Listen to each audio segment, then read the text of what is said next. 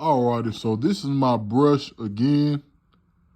Now that I've got that obstruction off of there, okay? It's just something that'll help preserve the life of the vacuum cleaner. You know what I mean? I'm not sure how much people replace vacuum cleaners in a lifetime, but you see a lot of vacuum cleaners on the side of the road. People just throw them away when they start working. They don't necessarily know what to do. You know what I mean? And a lot of people figured it would be more expensive to have it repaired than to just buy a new one. That's not necessarily true. You know, especially when it's something you can do yourself. This was easy. And I've seen vacuums in a lot worse condition. I also want to talk about the fact that I have my raw hand on this. You know what I mean? This house is fairly clean, but there are houses where people vacuum outside. It's people who vacuum hardwood floors. They vacuum up kitchen messes. There are people who vacuum up animal waste. You know what I mean? In a situation like that, you're not going to want to do this raw hand. You feel what I'm saying? You might want to go and put you a glove on or something like that. You know what I mean? But me, I feel comfortable in this environment touching things raw. You feel what I'm saying? As far as like, I know that this is a clean place. So, and even still, I probably should put a glove on, okay? Safety first, but I'm not a gloves type of guy. You know what I mean? I can't feel what I'm doing. I see with my hands, you know what I mean? But anyways, I also wanted to show you guys plastic, how the plastic has melted some. That's because there's heat. So that's just an add-on to what I was telling y'all earlier about heat inside of these appliances or just any type of machine that's working, man. You know what I mean? It's going to be some type of heat. You know what I mean? So this comes from that belt rubbing, probably slipping. Before I cleaned this the first time, I'm pretty sure that belt probably slipped a few times. You know what I mean? Got caught or whatever, and the brush got caught and caused the belt to slip. You know what I mean?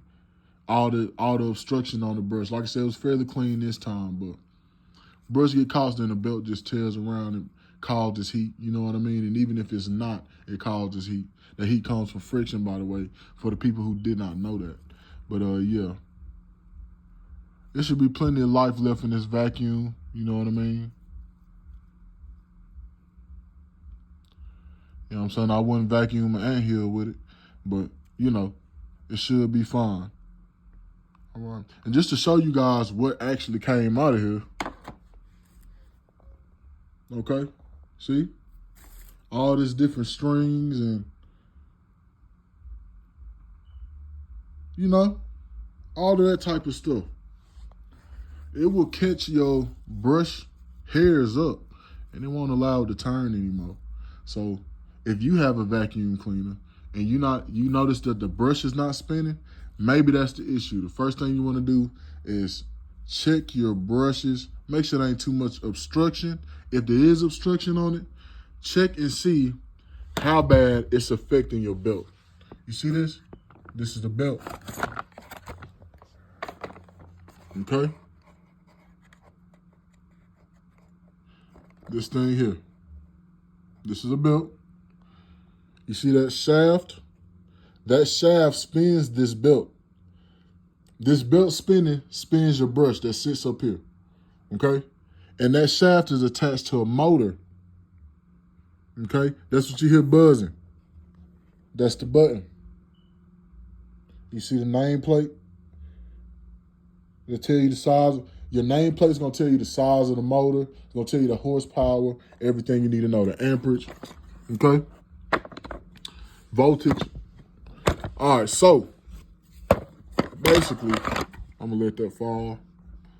Okay, so just to give you so you can see by eye what I'm saying. Okay, so this brush sits in this slot, okay? And your belt, excuse me, I got it backwards, okay? The brush sits in this slot here, like this, right?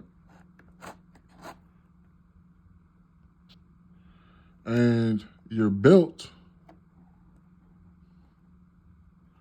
goes around that up here, okay?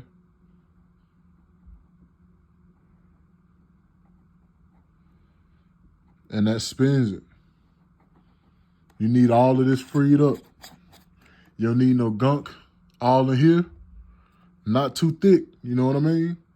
You don't need a bunch of crap all over the place. This is gonna make it difficult for it to spin. That's all you need, okay? So I'll assemble this thing and then I'll make a really short video just to show you what it looks like reassembled. You know what I mean? But yeah. And see, even right here, you see this belt? You see those numbers? That's gonna tell you the size and the style of the belt. If you ever need to order a belt, it doesn't matter where you at, what industry you in. When you look at a belt, you can read this information and you'll know exactly what belt you need. All right? All righty. Thank you. I'll be back with y'all in a second with the shorter video.